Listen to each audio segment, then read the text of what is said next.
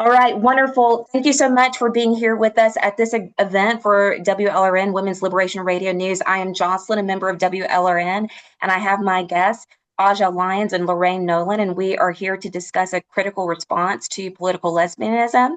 This is a continuation of a conversation that we had about 3 weeks ago, and we found that there were more questions regarding the topic that we wanted to explore. But before we begin, I want to go ahead and make a brief announcement on behalf of our amazing member, Kat Bradfield. Kat Bradfield developed a podcast featuring the top 100 songs by women artists voted by you, our listeners, WLRN. And that podcast is now available at www.wlrnmedia.com. Thank you so much. So we'll go ahead and begin. Our opening question is, how do you define political lesbianism? And so how would you respond, Aja?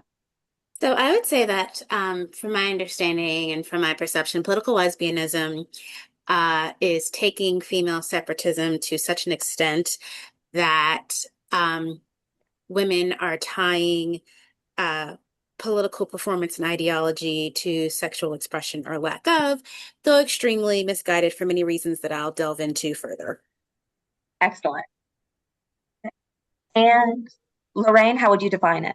Yes. The impression I get from political lesbians is that the only way for women to fully resist male oppression is to choose to become a lesbian. It seems as though it's the only way to prove that you are resistant is to be romantically involved with women. And, it's also almost as though doing the work of advocating for women, putting your life and career on the line, is meaningless. Unless you choose lesbianism. That's the impression I'm getting. Wonderful. And I'll go ahead and let you all know the definition that I go with.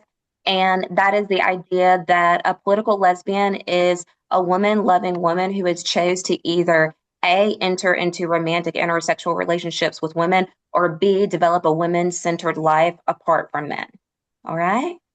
So now that we've answered that basic question regarding political lesbianism, what do we think the relationship is between political lesbianism and radical feminism? Aja?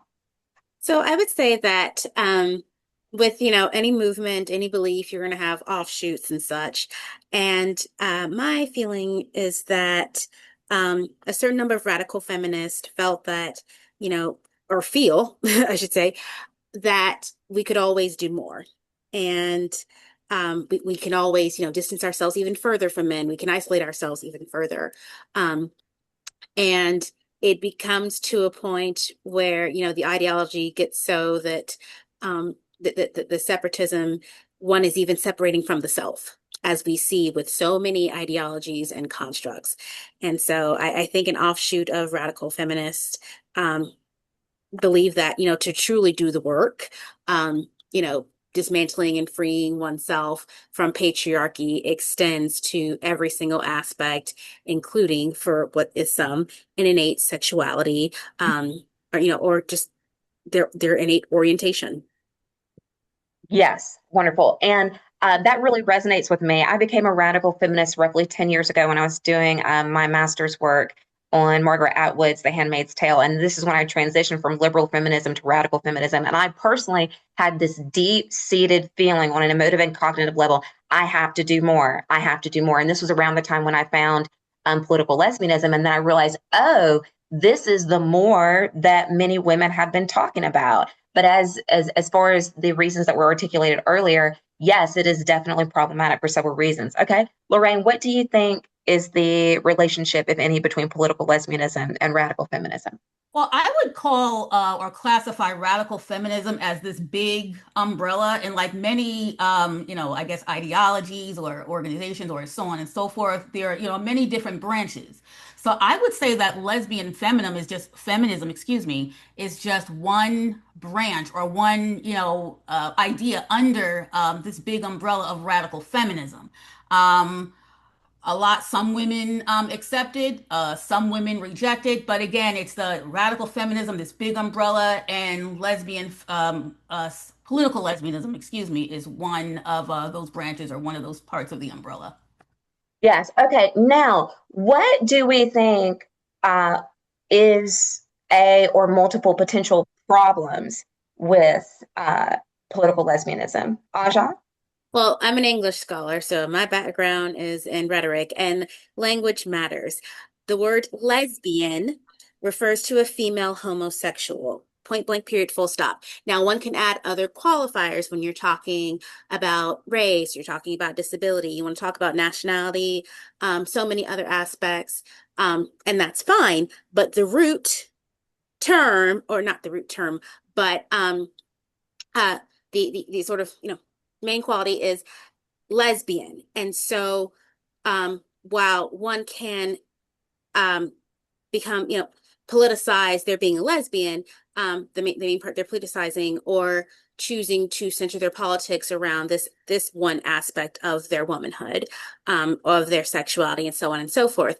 But to say that lesbian itself is a political act, that I believe is when we're getting too far into theory. Now, in this gross, disgusting, patriarchal, homophobic, world and societies that we live in, yes, to be out as a lesbian is political. But I feel that what political lesbianism does, particularly in the women who are involved in this movement and who shape and define the movement, are also negating these women who, in some parts of the world, to be out as a lesbian or to not engage in compulsory heterosexuality is a rape and death sentence. And now it's not to this extreme, but my grandmother was a closeted lesbian. She was born in 1941. She was never out. She probably never once referred to herself as a lesbian, even when she was with other closeted lesbians in their spaces. She did have a girlfriend that she never would admit that they were dating, but they were. I could even tell. But nevertheless, political lesbian negates these women and their stories. It is to say that one can just sort of condition themselves, and it's not healthy and it's not true. But aside from that, would we say that, someone who never has sex doesn't have their sexuality, doesn't have their orientation, their desires because they never act on it? That's not true. It's just not true. And so I feel that we're getting into such an abstract, such a theory, that we're veering so far from reality that we're not able to help anyone. And the reality is, one does not have sex with their thoughts and feelings, one has sex with their bodies. I really like that last section. One does not have sex with their thoughts and feelings. They have sex with their bodies, because it reminds me of when I began to enter gay studies and queer studies while I was at the master's degree level. And this notion that the concept of homosexuality has been divided into an issue of action versus identity. Identity can be that which I say that I am and involve the cognitive and emotive components of a person. But many argue that homosexuality is actually a behavioral lifestyle. So it's not about thoughts and feelings. It is in a strict sense, in terms of how we think about words and what they mean, the process of actually having these types of relationships with people. So I think that's very important. Wonderful. Lorraine? Yes. As far as the potential harms, I find it very unsettling to create a sexual orientation where it does not exist. As I said in my piece, and I guess we'll talk about that later, how is it that you can go your whole life exclusively, I'm not talking about bisexual women, but exclusively attracted to men, whether you've had a lot of relationships with men or not, to all of a sudden, creating an attraction to women. I mean, we have to really ask the question, is your new attraction real? And also, I think it's harmful because we're moving towards compulsory sexuality. No one should have to choose any relationship, whether it's heterosexual or homosexual, for any reason. Now, I want to be honest about something. I want to be totally candid. I understand rejecting heterosexuality. One of the things I'd love to contribute to is knocking the heterosexual nuclear family off of its pedestal. Now, I'm not saying that nobody should enter into a heterosexual marriage. I just think that it's not something that women should aspire to, because, men are the oppressor class, and we don't live in a world where it's safe to push or encourage heterosexual couplings. Again, it doesn't mean that you shouldn't, but I just don't think it should be something that we should aspire to. But the thing with political lesbianism is that it seems like we're creating a litmus test based on a woman's sex life. Mm. Like patriarchy and male supremacy, some political lesbians, not all, it's almost like they're questioning a woman's intelligence. Like for example, if you're with a man, something, you're not, your commitment to feminism or women should be questioned. You're really a victim to the heterosexist patriarchy if you're with a man. I trust women. I mean, there are problems in relationships, I know, but I trust women to know for themselves if they should be with men or not, if that makes any Yes. sense. I love it, especially the last component where it's almost like you're questioning women's intelligence. It's a product Mhm. of patriarchy that we have this issue that women don't know. And Right. I remember when I was first transitioning from liberal feminism to radical feminism, I was reading this amazing article, and it was about how men oftentimes think that women are sexually inexperienced. They think we don't understand our genitalia. They think we don't understand their genitalia. So there Mhm. is this element of it that puts us back in that patriarchal realm where women no longer have the individuality and the autonomy to say, no, I actually do understand my cognitive and somatic frameworks, and this is how I choose to identify. Wonderful. Okay, one of the questions from WLRN member Frida, which feeds right into the conversation we've already been having, is for those who oppose the idea that women can choose to have lesbian relationships, which is really what political lesbianism is, what are the potential harms to women? So we've discussed that. And then her next question was, how does this reinforce compulsory heterosexuality and patriarchy? So we may not agree that it actually does. Do you think that there is a way that opposing political lesbianism can somehow sustain or reinforce compulsory heterosexuality and patriarchy? I disagree. I think there's a way to support women exploring their sexuality. I believe so many women around the world are genuinely sexually oppressed. And I think that's what maybe some women promoting political lesbianism might intend to do, but are just maybe don't have the rhetorical prowess to communicate that in a way that'll serve women. But no, I don't think so. I think there's a way to make space and say that women and girls are conditioned from a young age to serve men, to orient themselves towards men. I need to know that, women are also equal sexual partners. And likewise, one can still have a completely fulfilling and healthy, wonderful life, not being romantically attached to either a man or a woman. But that one should be free to explore their feelings and desires and enjoyment and also experiment without judgment. What political lesbianism does, in a sense, is say to be the ultimate feminist is to distance oneself from men entirely, um, even if this is what you are and who you are attracted to. And I think there's a way we can say to women who are in relationships with men that, hey, you might need to assess, or you should not need to, you should assess how patriarchy might show up in your interactions, in your relationships. Um, but at the same time, not shame and belittle women who do hope and choose and look for a halfway decent man and have a life with him. Yeah, and I really appreciate the component regarding orientation. This is a big term and a lot of theoretical frameworks, including a piece that I'm reading for my program right now, which is about orientation, which Sarah Ahmed discussed. How are bodies oriented towards certain objects or certain people, places, things? And when I think about how opposing political lesbianism could, in a certain way, sustain compulsory heterosexuality, I go back to what you said, and I agree 1000% that women and girls, as girls collectively, we are trained and conditioned to serve men, to naturalize that, to think that that's the only way, and that's a desirable way, and that if we don't find joy and pleasure in it, then there's something wrong with us, right? Even if going into this discourse regarding political lesbianism, if we don't like things that are associated with a prototypical femininity, then the insult was, oh, well, you must be a lesbian, right? And so, many radical feminists have pointed out we have to, address that issue as well. But yes, I agree regarding this component of orientation.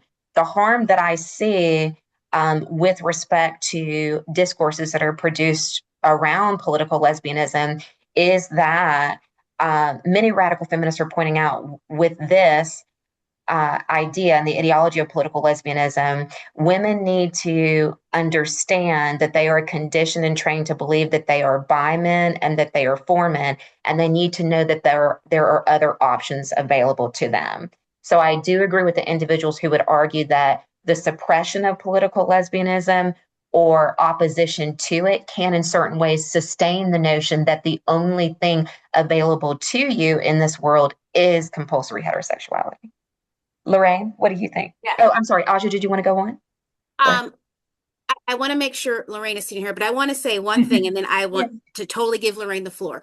I think we need to acknowledge that the majority of women who pushed political lesbianism back during the second wave and those who are pushing it now are women in their 50s, 60s, 70s, and older.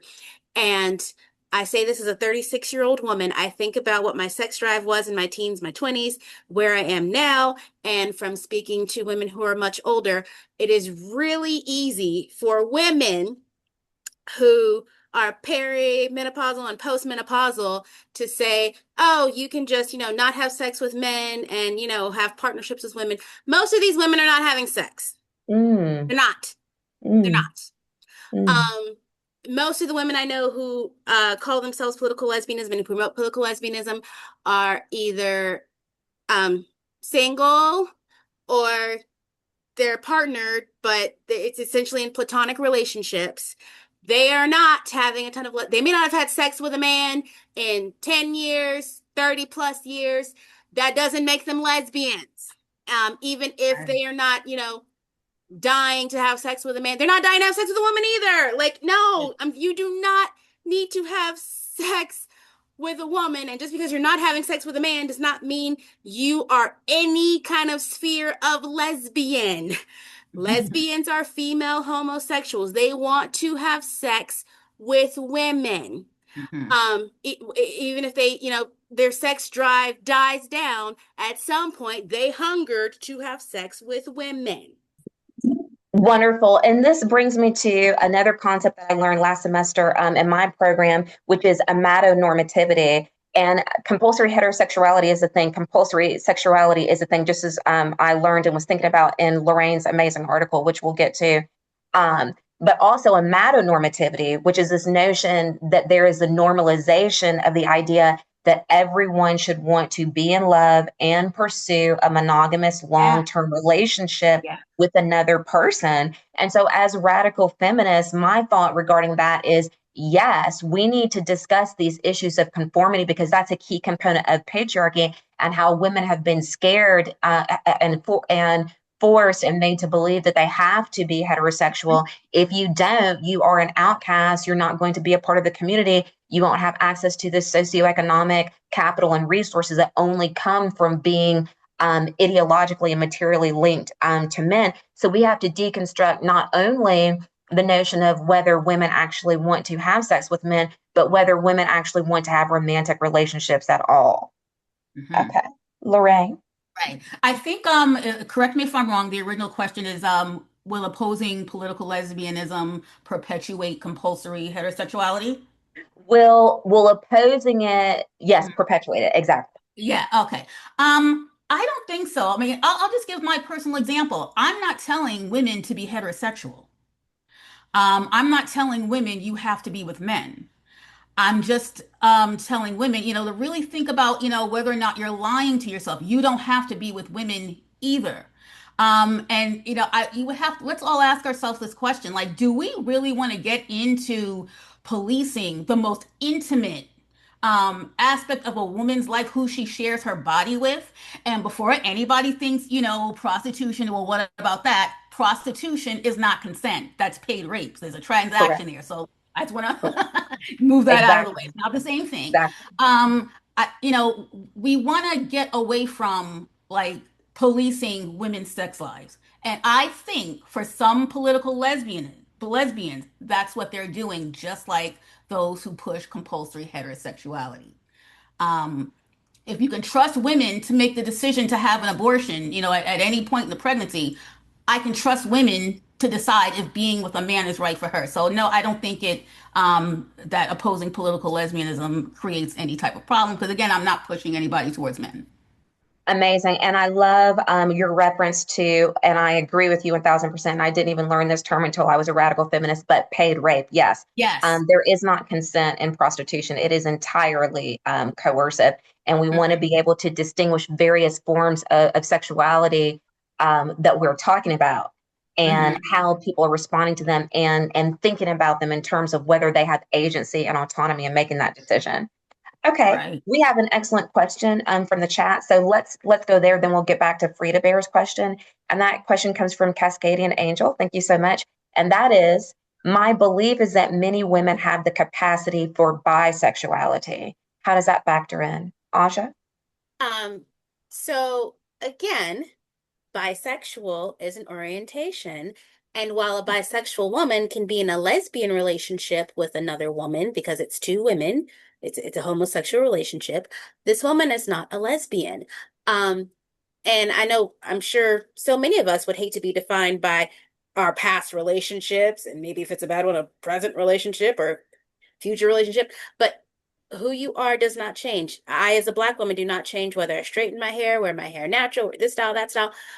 Whether I bleach my skin, I mean, I would look ridiculous, but I'd still essentially be Black. And so, one's sexuality, I think women are in Western societies allowed to be more sexually fluid, because it's I think, attachment to men, but also, as Jocelyn mentioned, just sort of a sense of ownership. Women are always seen as someone's property, private property, in the case of wealthy, particularly white women, public property, disabled women, Black, brown, and Asian women, um, low-income white women. But anyway, so when again, the word lesbian means female husband. I feel we need to go back to the foundations, back to the basics.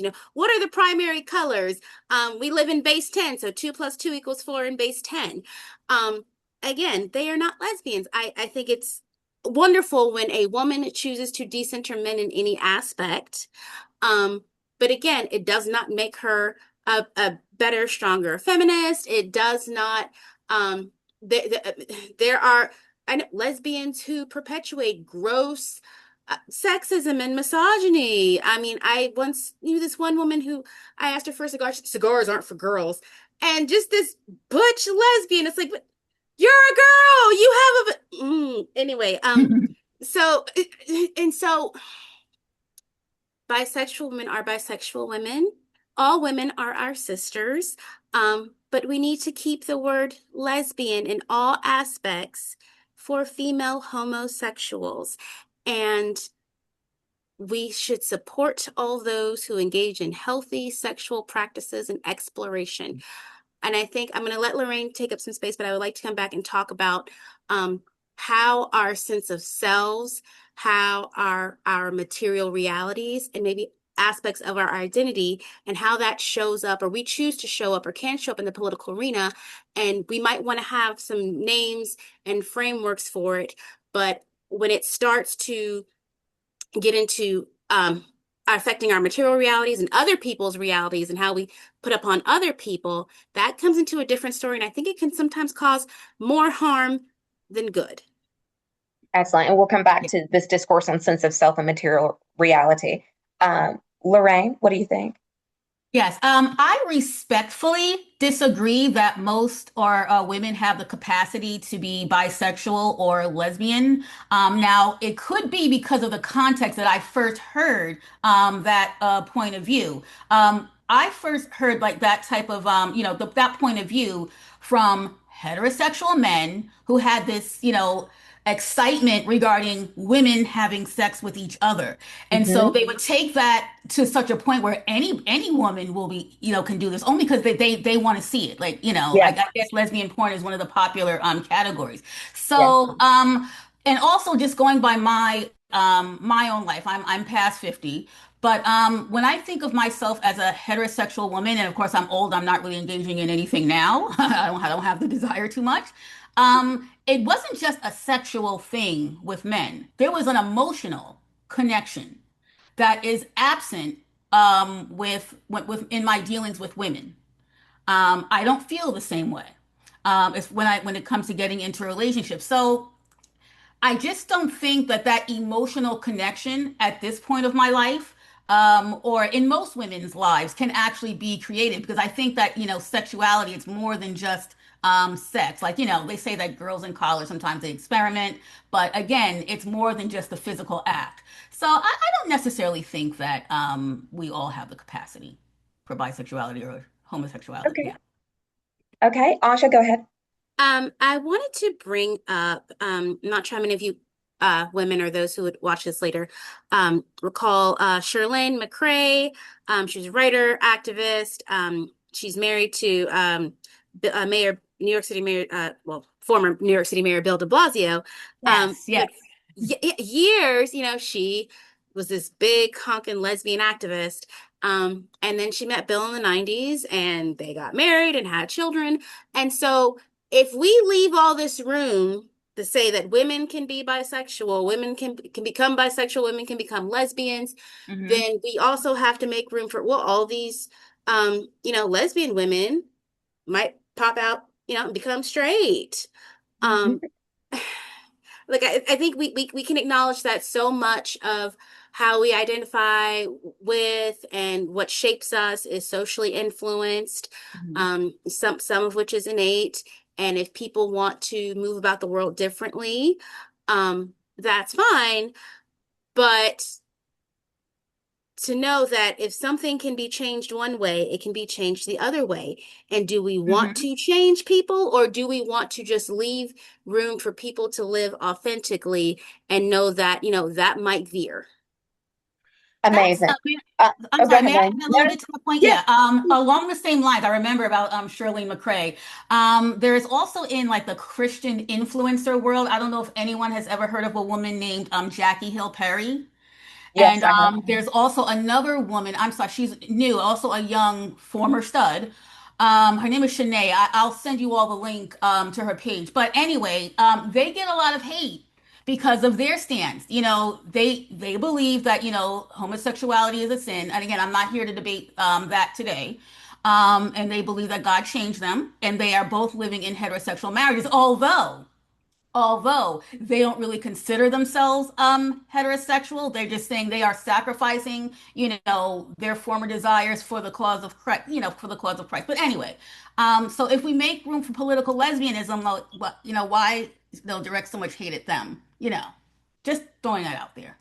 Yes. Okay. And I love this question. So I also would like to respond as a radical feminist who has thought about these issues. With bisexuality, the question was posed, how does that fit in? What does it have to do with this?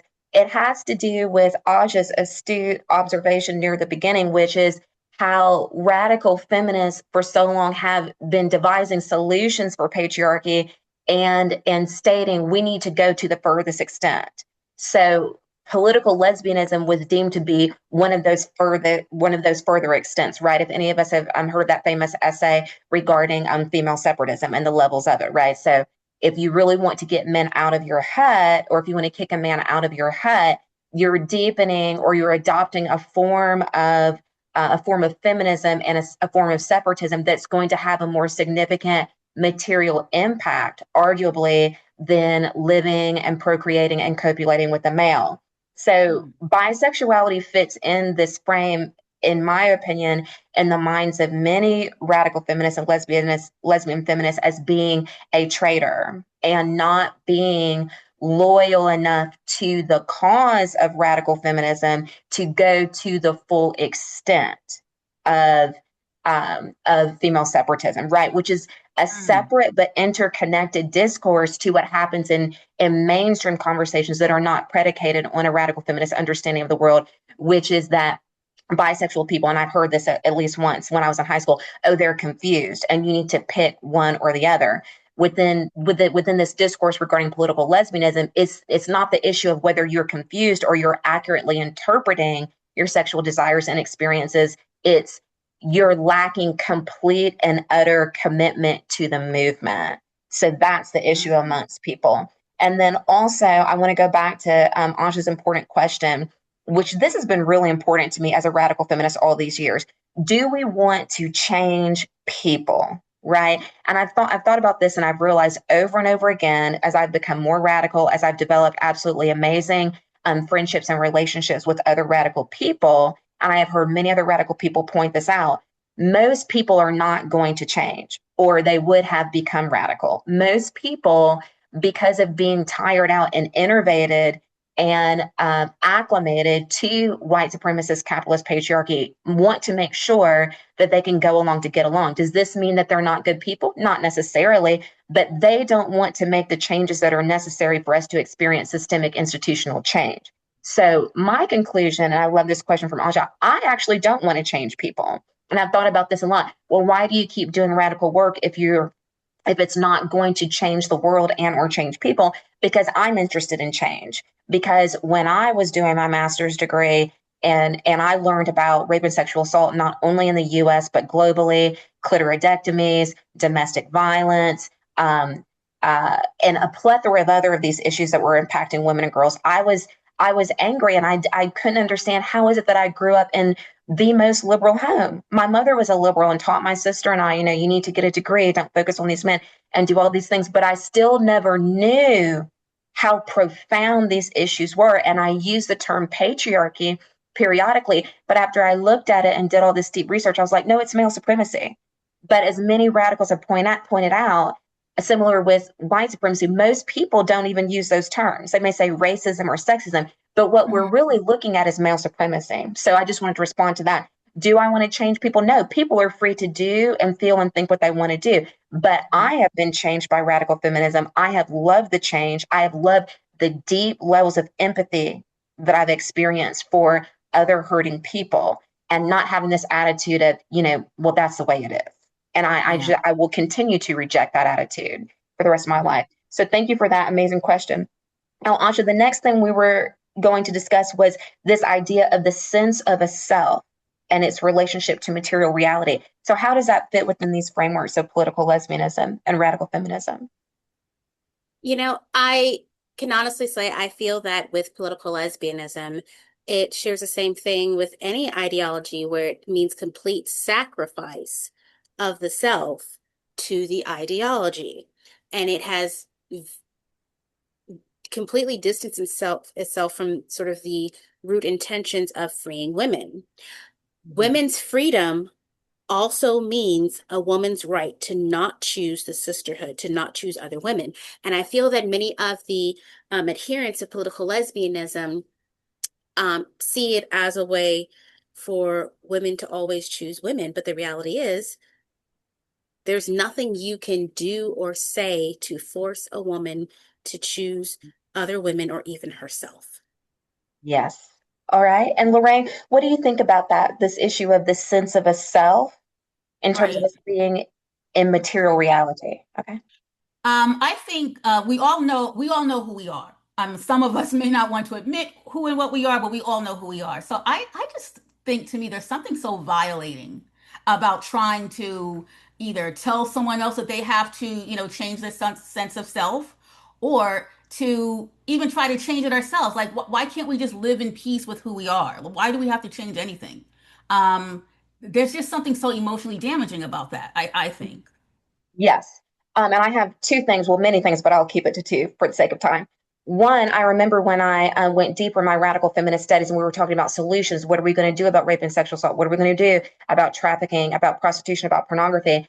And I heard the response, and originally I was a bit quizzical about it, but it was do nothing. And I thought, oh no, we can't do nothing. That's coming from a position of apathy. But as I delved more into the argument, it was that when women try to attack patriarchy, what happens is that we get attacked back. And so the deleterious harms that we are already experiencing as women and girls under patriarchy are amplified. So as opposed to doing these things like creating public platforms and protests, we need to think about, and this is not necessarily doing nothing, but developing relationships and developing networks in ways that get out of the public eye. And I remember learning of a case in which a young woman had been sexually assaulted many years ago and came forward to the police. And what actually ended up happening with that case was that when she came forward to the police, the police stated, you are making a false accusation and therefore you are under arrest. And this is why I really understand, and this isn't an isolated incident. As I've studied rape and sexual assault, I'd say this happens quite regularly. And it's a way that the police can continue to intimidate women to silence.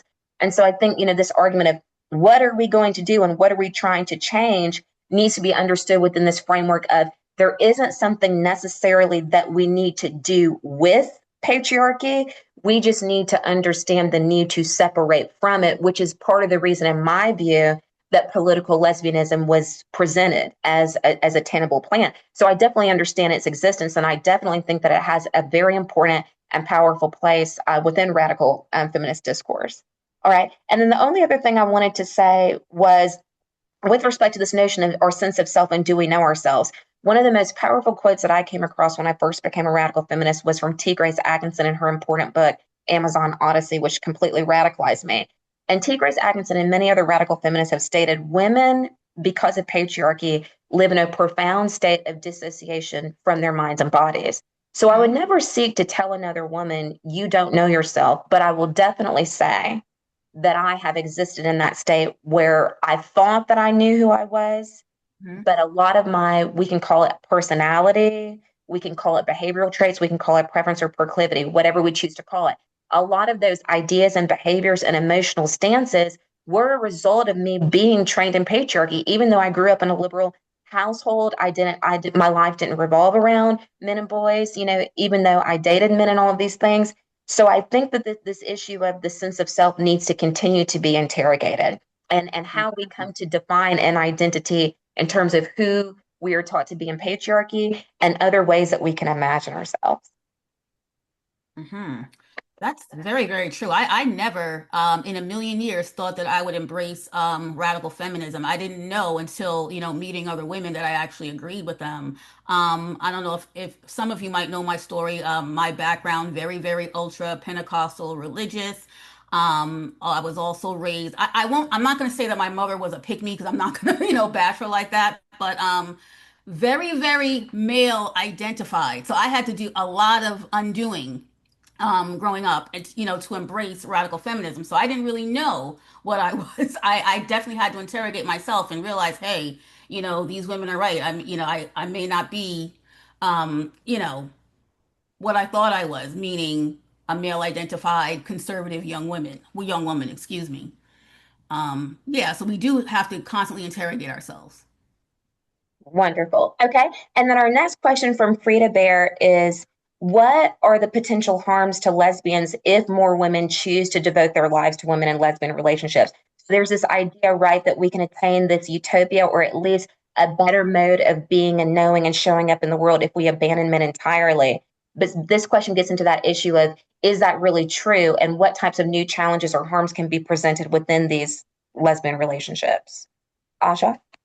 So I don't think that, well, because they're not truly lesbian relationships. So these women are not lesbians. I mean, well, they're two women, so it can be lesbian. But again, someone choosing someone else because of a political ideology, I don't think that sounds loving or romantic. I think all parties deserve better.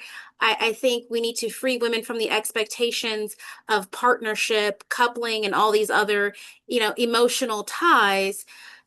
And again, freedom to be one's authentic self, whatever that might look like, and knowing that that can change. Because what if, like back during the second wave, you had all these women running to all these, women's lands and communes and such, and then eventually they got tired of the farce of putting on the show to be the biggest, baddest, political lesbian, and they eventually went back to dating men.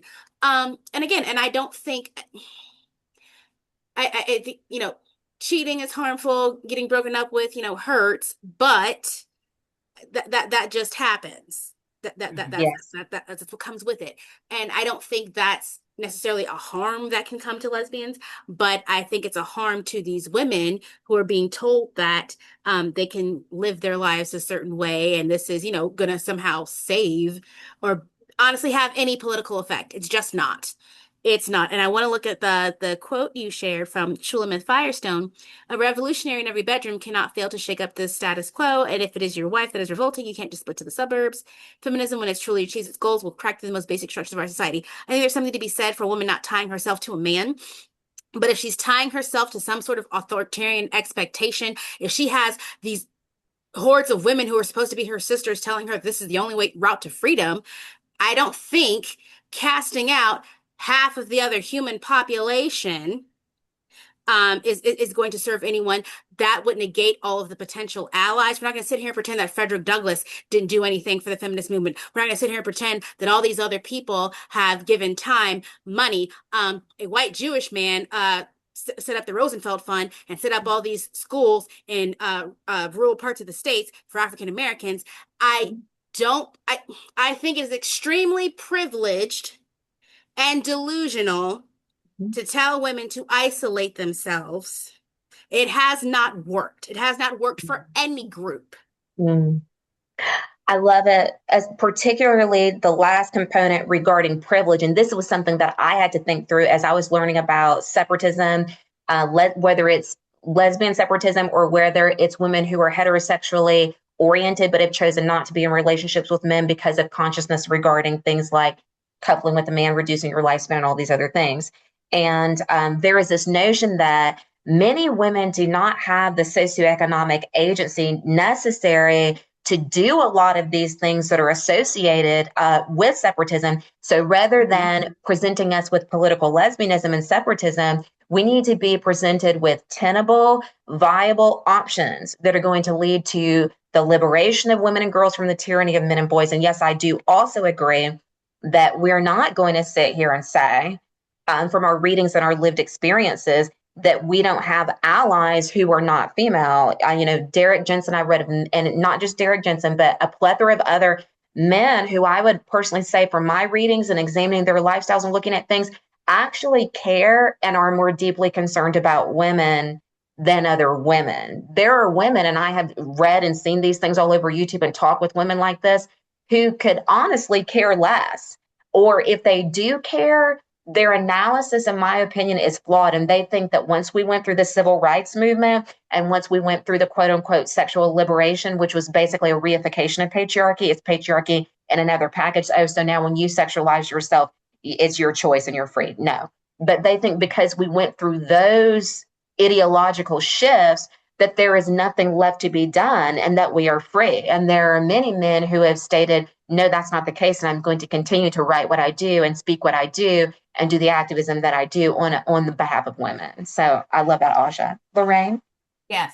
Regarding the part of her question, what are the potential harms to lesbians if more women devote their lives to women? I don't think that would be harmful at all, devoting your lives to women. So I wasn't really sure what she wanted from that particular part of the question. But as far as lesbian relationships, again, speaking from the outside looking in, why would some of these women who are, claiming to be political lesbians, and they're probably really not, why would you toy with a woman's emotions? Why would you do that? I mean, you'll get into this relationship, and then when the quote, when you feel like, or finally realize it within yourself that it's not for you, you're going to leave her. And, Yeah. you just toy with her emotions. Something, and I hate to be stereotypical, something we expect from men. Mm-hmm. So I think that it would harm women because, this lesbian is not in an authentic relationship or a woman who is authentically in love with her, so on and so Yes. forth. So I think it's I, harmful on that note. yes. I actually don't perceive it to be stereotypical that is Oh, a behavior that we would perceive from men. I would view that to be rooted in empirical analysis that radical yeah. feminists made regarding how men as a class, not necessarily every individual man, but as a class, men are taught to believe that they own women, that they're Yes. entitled to women, that their feelings only matter if those feelings are directed towards men, and that Mhm. they can toy with them and that they can play games with us. And moreover, that we get enjoyment and pleasure out of it because since our lives are oriented towards men anyway, we're lucky Yeah. to receive male attention at all. So I don't think Yes. that's a stereotype. I think that that's rooted Yeah. in what radical feminists have been articulating all along. Okay. Mhm. Yes, Aja. Yeah, I just want to sort of quickly say that the harm that can be done to women in promoting political lesbianism is we are again shifting the onus on women when it should be on men to be better men. Men will sit here and cry on the internet about, oh, no woman wants to date me, or oh, I can't get partnered. It's like, well, are you making yourself attractive to women? Are you respecting women? Or aside from the romantic aspects, women should be demanding from men what we're owed. Mm-hmm.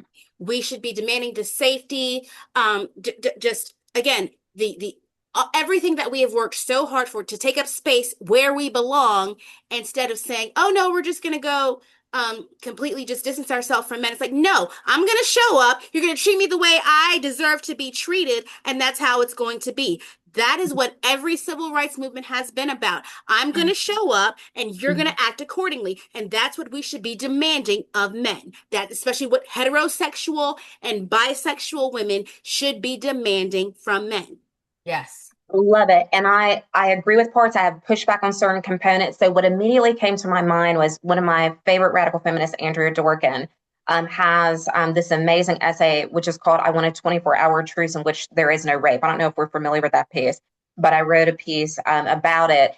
And I said that I loved the argument and the anger and the intensity and the ire regarding the reality of rape and holding men accountable instead of looking at women and saying, what are women going to do? And in this piece, Dworkin actually said, men, you need to play an integral role in stopping this culture of sexual violence. We're women. We are already the subordinate class. So you need to use your privilege and power to address it. But the problem I said in my piece with that article is that so much of radical feminist theory has existed to show us that men aren't going to do anything about it. And I don't say that to be pessimistic because I'm very joyful and I'm very optimistic, but in my lived experience and in my research, they typically don't. And I don't know if any of us have heard that that expression. If your feminism doesn't make men uncomfortable, it probably isn't feminism. Yes. And there's this notion, right? And there's this idea that so many radical feminists have come back to over the years, which is that actually, if we want to get it done, similar to those certainly not synonymous to the way people of color have said, we can't depend on the oppressor class to do it. We're going to have to do it for ourselves. So I definitely agree with Aja, demand the respect, show up with that. And one of the things that I like about that is that when a woman does show up that way, it enlivens and encourages other women to see, oh, okay, because they were probably thinking and feeling the same thing as well, but they didn't know if there was the group solidarity necessary to enforce it. So one woman saying, no, we're not doing sexual harassment. No, we're not talking to women this way. It lets other women know, and you're free to demand the same level of respect as well. Yes. Lorraine, what do you think? I don't think that men are going to change. I think that anyone that's part of an oppressor class and they're benefiting from the oppression, they don't want to give up their privilege. So women are going to have to make some decisions. And now, again, some women become political lesbians. Some women, such as myself, just prefers to, retreat completely from that world. I have two teenagers. I know Aja knows about my family. And one of my younger daughters on the autism spectrum, she has limited verbal ability. So I have to protect her. I can't have some man coming in here and she might be hurt, Right. So Right. those are the decisions that women are going to have to make because I don't think that men, or at least most of them, or definitely not all of them, they're not going to change. The privilege is too great. Yes, I love that. I was particularly drawn to this assessment because I am childless by choice, but I do love children as sentient living beings in the world. I think one of the most beautiful things in the world is to give birth and be a parent. But this was something that drew me further into radical feminism as well. And it was these esoteric and not frequently articulated ideas regarding the notion that children are not safe with men. And under patriarchy, it's not okay to say that because both pedophilic men and non-pedophilic men want access to children for various reasons.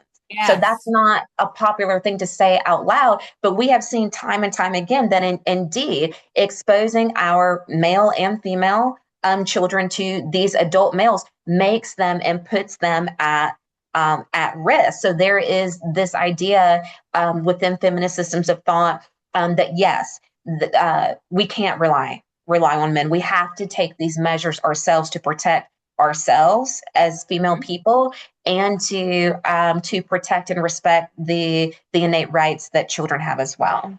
Yes. All right. And so our next question is from Frida Bear as well. Are there advantages to women in reinforcing the narrative that X percentage of women are heterosexual by default and therefore cannot be lesbians?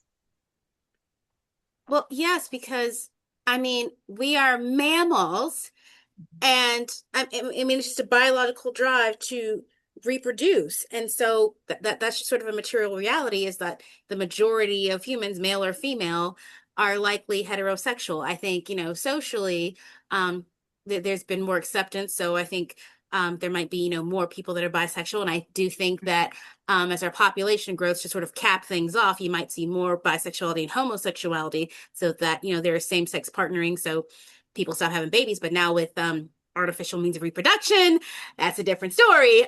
Whereas before, homosexual couples would just sort of would parent orphan children and abused children, and you'd have people who have homosexual partnerships later in life, and they'd raise children from before. But in regards to, let me look back at the original question, any harms to?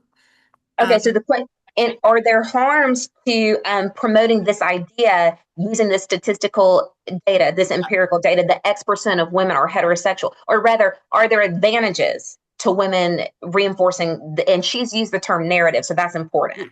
The narrative that a certain percentage of women are heterosexual and therefore they cannot be lesbians. Are there any? I don't think there are any advantages or disadvantages. It's just sort of a reality that most people on the planet are likely heterosexual, maybe slightly bisexual. And I just don't think that it's harmful to sort of state truth. Now, I wonder if what Frida and what other women who subscribe to political lesbianism see it as potentially shutting out women who want to experiment or who might be open to this idea and lifestyle that might work for them. I don't think so. I think if they really do want to so politicize their life and separate themselves from men, they're going to do it regardless of what narrative's out there. I think I don't see the harm for it. I could see how people might see this as you're keeping women from other women. Yeah. And I don't think so. I think there are a lot of entities out there that are trying to promote sisterhood, trying to promote feminism, trying to support, women's agency, that they'll find their way. And I think we have to stop treating women who might be ignorant of certain concepts and sociological this, that, or the other as just these infantile beings that need us to hold their hands and bring them to truth. No, they read, they're out in the world. Right. I find it incredibly dehumanizing, degrading, and just infantilizing women. I don't like it. Okay.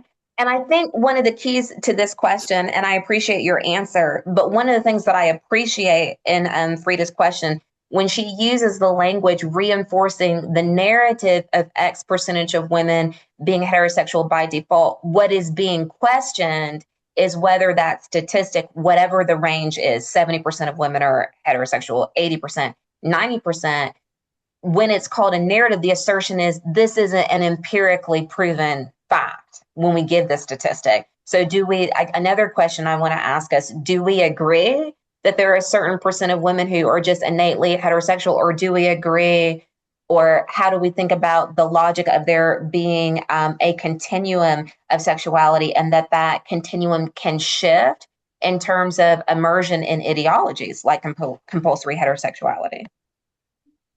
This is hard because when I think about myself, no one, and I'm really just going over my life, nobody taught me heterosexuality, meaning nobody taught me, oh, be attracted to men. Like when I got a certain age, it just happened. Like when I started developing feelings and, the hormonal stuff and all that kind of stuff, it was to, either the boys in my school or as I got older, men. So I just think we have to operate in reality, no matter how much it hurts.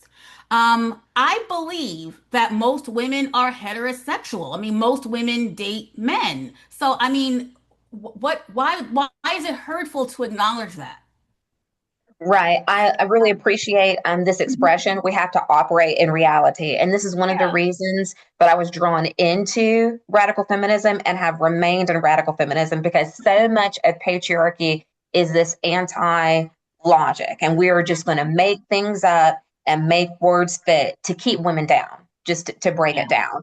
And radical feminism and these theoretical frameworks have said, no, let's actually think, how do things work in Mhm. material reality? So it appears, based on our discourse and other conversations that are going on, that Aja, and correct me if I'm wrong, are we saying we do think that sexuality is innate? Lorraine, you're speaking for yourself. Do you think this is the Right. case for other women as well? That they're having these similar experiences? Or I really do think it's innate. I mean, I okay, know of lesbians who say they knew since they were children, that they were lesbians. So I think that there is something within us. I don't think it's all external. I don't. I mean, of course, I don't have studies to back it up, but I don't think so. okay, all right. Sorry. And our next question from Frida Bear is going to be: if political lesbianism is simply a name for those who have had experiences with both sexes, but choose to no longer have sexual relationships with men, then we are really talking about a large percentage of lesbian women overall. Is the reluctance to use the term political lesbianism about the term itself, or is it a rejection of women who have had some experiences with men and perhaps even enjoyed them at the time? I don't think any of us in this feminist movement, at least not the most prominent ones, at least not the ones having this discussion the last couple of weeks or months or so, are saying that women who've had previous relationships with men aren't lesbians. I Right. mean, we know that, again, as I said earlier, in some parts of the world, to not do so is a rape or death sentence. We know that Mhm. with so many girls, like my grandmother, who married my grandfather in her 20s, even though she was so gay and it was so obvious, had been conditioned from childhood. You know, when you marry a man, you want make sure you know how to cook because no man wants to marry a woman who doesn't know how to cook and blah, blah, blah, blah, blah, blah, blah. That there is a conditioning, and that, that's what we see in society, what women and girls are trained to do. No one is saying that a woman who has previously been with a man isn't a lesbian or can't later walk in her truth and be accepted as a lesbian. What we're saying is that what I'm saying, at least I'm speaking for myself, a woman who has been sexually attracted to men and boys, Mhm. um, Yes. it isn't or shouldn't be told that she can literally think her way into being a lesbian or being with women. If she does not feel that she is being served by adhering to patriarchy, as almost all women do, because this is the society we live in, then she does not have to date or be with men. She doesn't have to be friends with men. She can limit her interactions with men as much as she'd like. But no, she does not need to go become romantically involved with women. She can service all entities, organizations, and movements towards women's freedom. We don't need to call that lesbianism. We call that sister, friend, feminist, advocate, warrior, all the things. But a lesbian is a female homosexual, and that's all it is and needs to be. All Yeah. right. Lorraine? Um, I don't think that this would be harmful to authentic lesbians who have been with men because that's where the compulsory heterosexuality comes in. I think that a lot of, if not all lesbians who are in heterosexual relationships, they were in those relationships because of societal expectations. They most likely were not happy in those relationships. That's why many of them end up leaving those relationships. So I don't think this would hurt them because it's not their fault that they were in those, that they were with men before, whether they enjoyed those, few experiences or not. Um, there's a reason why they were in those relationships. So again, as Aja was saying, this is about women who were really attracted to men and heterosexual, and then all of a sudden making a switch 20, 30 years down the line. Awesome. Okay, let's go to Lorraine's amazing article on Substack: Political Lesbianism Fact Fabrication Necessary, Useless. And I read this piece a few days ago and it just completely resonated with me. And I was drawn back to that awesome 3 or 4 months when I was doing my thesis, when I actually became a radical feminism and a radical feminist. And these were these important concepts where you suture together so seamlessly the realms of patriarchy, conformance, female agency, and autonomy together in context of this issue of political lesbianism. So I selected a quote, and we can discuss other parts of the piece as well. But I wanted to read this quote that was really meaningful to me, and see what we think about it. So this is an excerpt from Lorraine's piece. Is it really possible to spend years exclusively attracted to men only to deprogram yourself to desire women? We've all heard of vicarious women or women who enter relationships with women only to return to heterosexuality upon meeting that ultra rare and amazing unicorn in the form of a man. That suggests to me, and should to you, that much of a heterosexual woman's entry into lesbianism is fabricated. To be clear again, I totally understand rejecting men and heterosexuality, but many women in radical feminism are taking it to the opposite extreme. We now have compulsory sexuality, whether it's heterosexual or homosexual. Rejecting heterosexist patriarchy does not require transforming into lesbianism. Such a requirement is another branch on the conformity tree. Why? Our society force feeds us into believing that we all must be partnered or sexually active. That line of thinking is just as harmful as compulsory heterosexuality. So, Lorraine, respond any way you want. I'm interested in how these ideas developed, if your viewpoint has expanded or shifted. What do you Mhm. think? I still believe the same thing. I think that we have to get to a point in our society where we can be comfortable unpartnered. We should not feel that we have to be married. We should not feel that we have to have children. I think that society pushes us way too far into that. For example, and I know I also talking about having children. We have things like surrogacy because our society teaches us that your life is meaningless if you don't have children.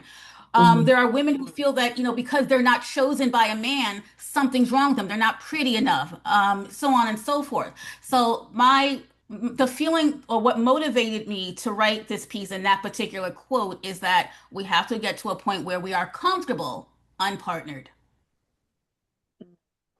Yes. I like the idea of being comfortable and partnered. It feeds into patriarchy specifically, but Mhm. society generally to perpetuate this notion that we have to be with a person. I remember when I learned the term heteropatriarchy for the first time, and I understood the nuclear family beyond the ostensible religious context of being a structure in which God ordained for men and women to couple together Mhm. happily and to produce children in a safe environment. That's a narrative that is typically Yeah. articulated and circulates in specific communities. Mhm. But this understanding from the feminist framework, which I completely agree with, that the nuclear family is an extension of patriarchy, and it is heteropatriarchy to think that one, you need to be coupled because that means in compulsory heterosexuality that you're going to be coupled with a man, that the woman is going to be with a man, and that then she is going to reproduce children, which I came to understand through radical feminist studies actually means that you're reproducing the patriarchy because the Yes. nuclear family is patriarchy. So when we talk Mhm. about production, it's not innocent and value free, it's value laden. It's the reproduction of patriarchy. Yep. All right, Aja, what do you think? Oh, you're Aja, muted. your mic's off. There we go. Um, what do I think in regard to? Anything, that excerpt that I read from Lorraine's piece, or Yes, I think it goes back to what I was saying about women being sort of placed in the world and society as property. And so it is again a woman's sense of self, who she is, the material self, the self-identification, um, in adjacency, relationship, and ownership to someone or something else. And I also feel, and I'm just going to say it, I feel that there are some women in feminism, particularly those in roles of authority, that want to designate where other women should be and go and in service to um, women with authority and power. okay. Yeah. We see this in every, wrap this up. We see this in every group of those who claim to want to fight for equality, but they just want to become the new masters. That includes women, that includes Black, Brown, and Asian people. everyone's fighting to become master.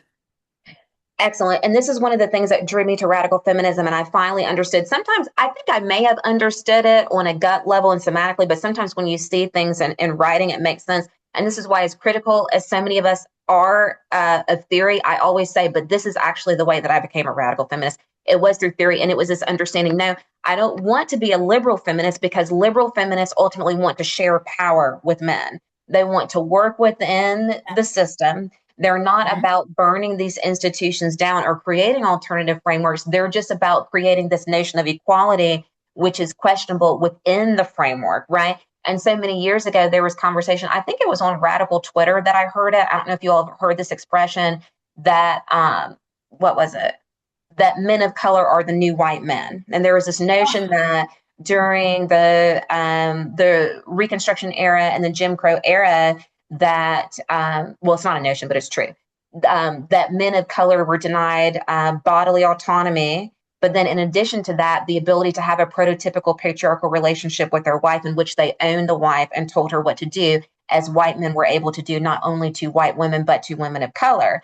And that in the post-civil rights era, men of color have chosen to interpret freedom within this white supremacist patriarchal logic, such that their freedom really means that they want to be masters of women of color. And realizing through radical feminist theory, that's horrible. And that's exactly a framework and a matrix that I don't want to be a part of, the replication of those dynamics. Yeah. All right. Let's go to a quote from Angela Davis I was saying earlier. And I know Aja has to go in a moment. So Aja, if you want to address this quote, I took it from Angela Davis, who I've had a deep admiration and respect for many years. And I find it particularly pertinent to political lesbianism. Going back to this issue of, if we're talking about separatism, is it actually an elitist idea that obscures a reality that many women don't have the socioeconomic agency to develop lifestyles apart from men? But anyway, let's go ahead and read this quote and see what we think. Angela Davis writes in Feminism and Abolition, Theories and Practices for the 21st Century. Feminism involves so much more than gender equality, and it involves so much more than gender. Feminism must involve a consciousness of capitalism. I mean, the feminism that I relate to. And there are multiple feminisms, right? It has to involve a consciousness of capitalism and racism and colonialism and post-colonialities, and ability and more genders than we can even imagine, and more sexualities than we ever thought we could name. Do we think that political lesbianism may be obscuring that reality? I definitely think so, because I think it takes a grand level of elitism to think that you can shape a whole entire world solely with others who are exactly like you, who think the way you think, and are willing to move about the world the way you do. It sounds, I'm going to say it, narcissistic and cultish. That is exactly how cults function. And we see that there are a small number of women at the top of this who are telling others they see as just sort of mindless peons what to do, what work to do, and how to do so. I think it is incredibly, it is ridiculous. And I think with what Angela Davis' quote was saying, that there are many ways that we might move about the world, and it has to include the different ways that people live. Political lesbianism is not accounting for that. It's not accounting for women with sons. It's not accounting for so many other aspects that you just don't get to exclude men. It's also being so out of touch with the reality that you're not seeing the people who are, even if they're making a million mistakes, are trying to do the right thing. And yes, that does include men. Yes. Yes. Lorraine? And that's the thing. This actually challenged my thinking a little bit, because in my own life, I'm doing just fine without men. But there are some women who cannot really separate. Like, how do you separate from your own son? How do you do that? And then if you do separate from him, what's that going to do with his view of women? And will that just create another patriarch? Right. So yeah, this was very challenging for me. Yes, and it's challenging for me, speaking as a woman who is not a mother, and is also heterosexual, and is deeply into my radical feminism and into viewing lesbian women as allies and as my sisters and as my people. But I also do think to myself, and I've questioned this for many years. I would love to see what you all think about it. The notion, do we agree or disagree that women can raise feminist sons? Is that a thing? Or is that something, is that just a talking point that people use to keep women attached to men? I think we all try our hardest, but when it comes to raising children, you're just throwing darts at the wall. But I do think there are some, um, I do think there are some women and some men who are able to do well and teach their sons that, the Mhm. sexes are equal, or, even about the divine femininity, divine power of, women as, we literally make all the people. Yeah. Mhm. Lorraine? I'm just going to throw this out there, and I know that this is a small sample, but we've all heard of the Umoja, I hope I'm saying it right, villages in Kenya, where the women made their own villages because, they were just being abused mercilessly by the men and their own men and the British soldiers. One thing I noticed about them, they were raising their sons in that community, and the sons didn't really have a whole lot of male influence. But I noticed that when some of them grew up, they became like fierce protectors of women. So I Mm, do wonder if, and again, that's just a small sample, seeing that just made me wonder if it's possible for women to raise, quote, a new son. mm, yes, love it. And Anjo, I want to thank you so much for being with us. And we love that you've been here, and I've learned and grown so much in this short time. And we do look forward to connecting with you again in the future. Thank you so much. Thank you so much. Thank you. Bye, women. Yes. Yes. And Lorraine, if you want, you and I can continue. I have a few more questions, or tell me about how you Sure. are on your time. Oh, okay. I can stay for a few more minutes. Okay, perfect. I want to address this quote from Audre Lorde, and this is from Sister Outsider Essays and Speeches. And she writes, Black and third world people are expected to educate white people as to our humanity. Women are expected to educate men. Lesbians and gay men are expected to educate the heterosexual world. The oppressors maintain their position and evade their responsibility for their own actions. There is a constant drain of energy, which might be better used in redefining ourselves and devising realistic scenarios for altering the present and constructing the future. And you can respond any way that you want or take it any direction you want. But one thought that keeps coming back to me is this issue of draining of energy. And people, Mhm. want to delegitimize political lesbianism, but to give it credence, there is this idea that patriarchy is effective because it ensures that the cognitive, emotive, romantic, and sexual energy of a woman is constantly going into men. And political lesbianism redirects that energy to women. So if you want to address that aspect of the quote or anything else that stands out to you. Right. I mean, there might be some, I see why there's a need for political lesbianism, but again, speaking of myself, I didn't have to embrace lesbianism to reject any kind of or romantic connection with men. I don't have them. I've taken myself out of that world for my own safety and my own, peace of mind. So while I agree that we must separate, I don't think it necessarily means we have to be lesbians. You can just be single, like me. Yes. Okay. And then our final quote that I would love to get your perspective on is going to be from Catherine McKinnon. Again, she was one of those whose work actually led me into and kept me within radical Mhm, feminism safely. So mhm, this is a quote from her text, Feminism, Marxism, Method, and the State. Actually, it's going to be two quotes, An mhm. Agenda for Theory. So the first one is, women and men are divided by gender, made into the sexes as we know them by the social requirements of heterosexuality, which Mhm. institutionalizes male sexual dominance and female sexual submission. So I want to first ask, because this is what separates, I think, Mhm.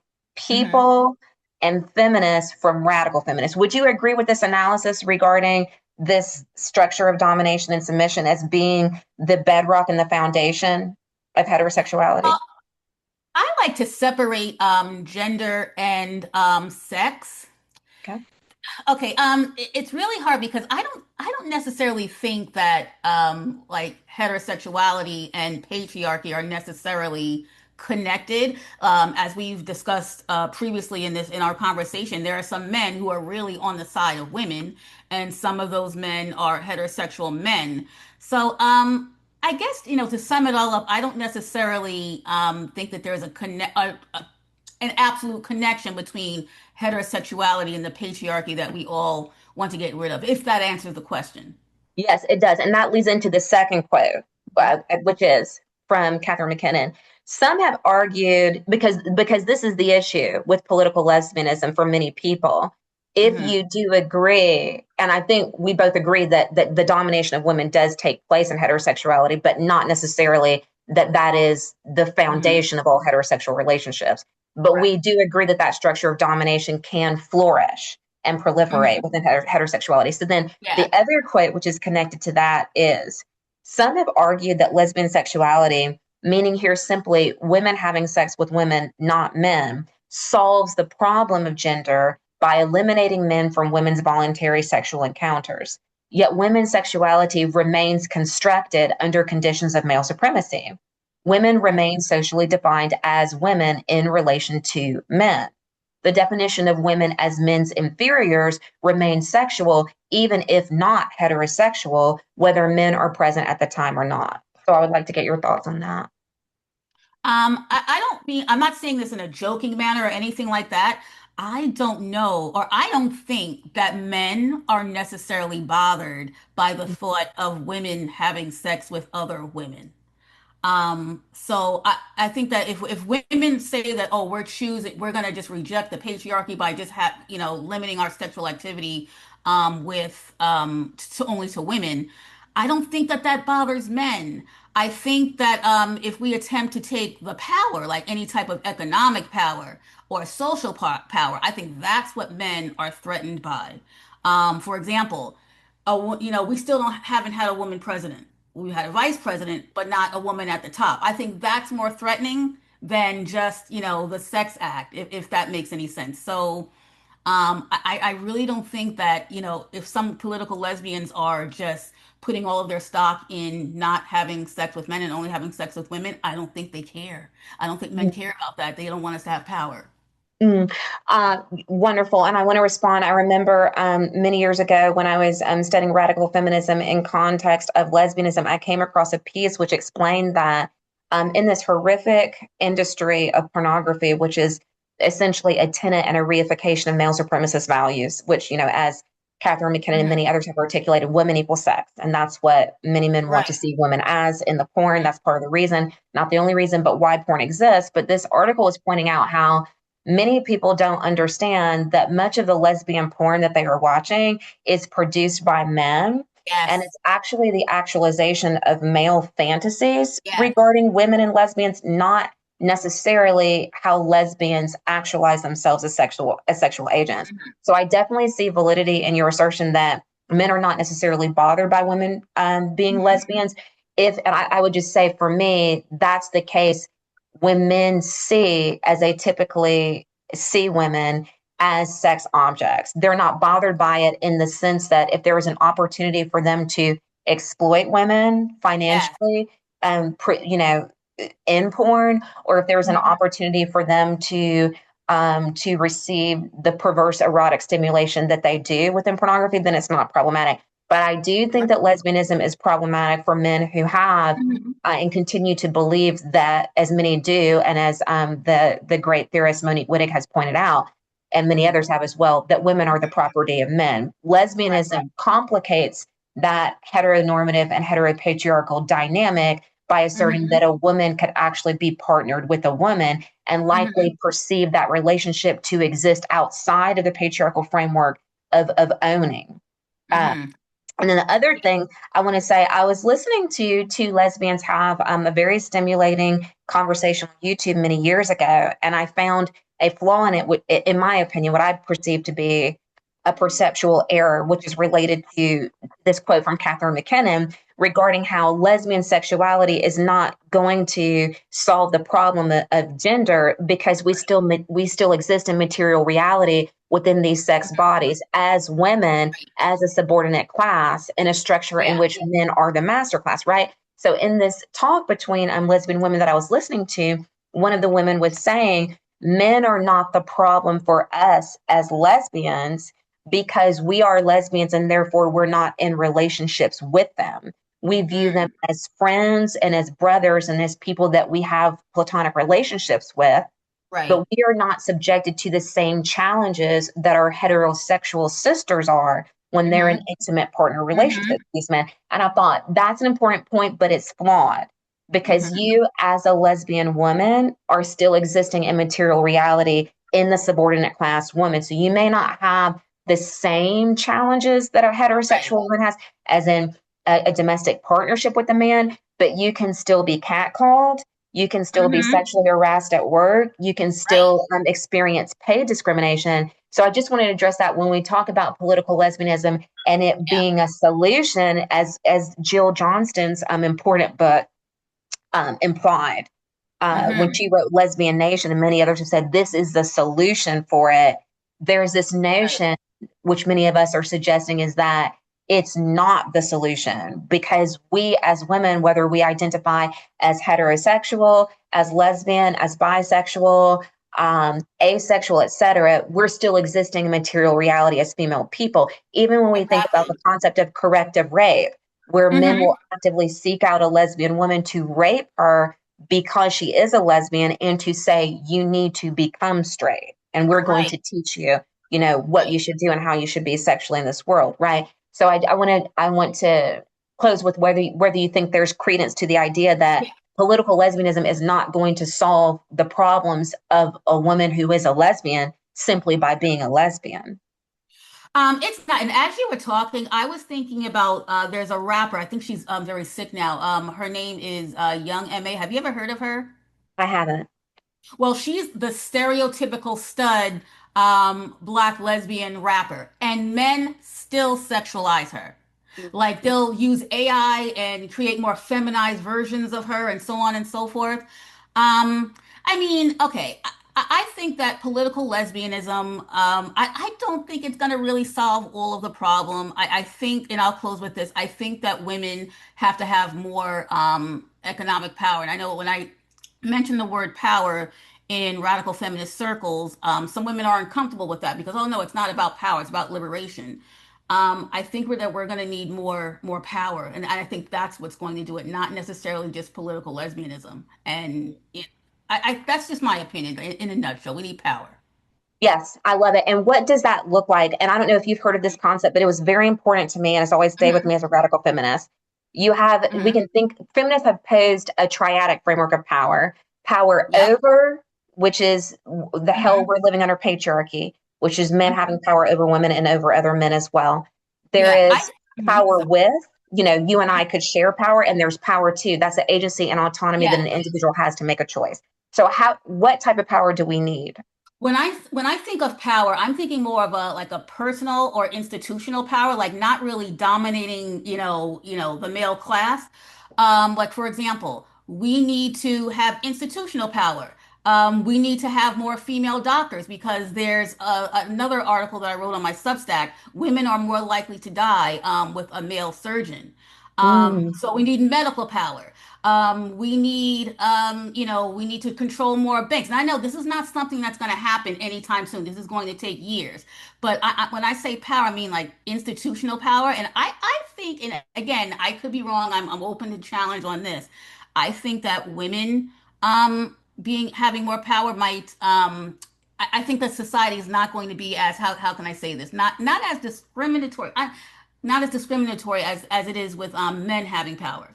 Because I think that with women in power, I think it's going to be more of like a mothering type of situation where we'll take care of everyone. I don't think that's the same with men. So when I say power, I guess it's just, having power, not allowing men to control all of our needs, I should say, whether it's money needs, health needs, or educational needs. And I agree. And I remember I used to work with an anti-trafficking organization, and one of the women who formerly led it stated, because, we've had conservative views, liberal views, radical views, et cetera. The purpose of us fighting all of these years and through all these movements was not to be able to tell women what to do, but it was to ensure that they had the ability to make choices. and to do things. And that's what I think about when I think about power. I think about patriarchal power, meaning the absence of choices and removing choices from women.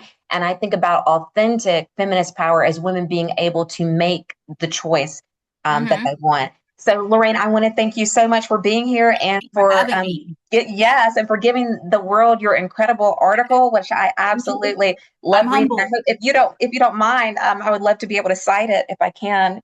Oh, in my own sure. work. Okay, perfect. Sure. Thank you so much, Lorraine, and thank you, sisters, for being with us. I do apologize again for that technical error with the live stream, but the recording of this will be made available to any other sisters you know that want to see it. So it'll be available through WLRN, and we do hope that everyone has an absolutely amazing evening. Bye, everyone. Thank you. Bye. You're welcome. Bye.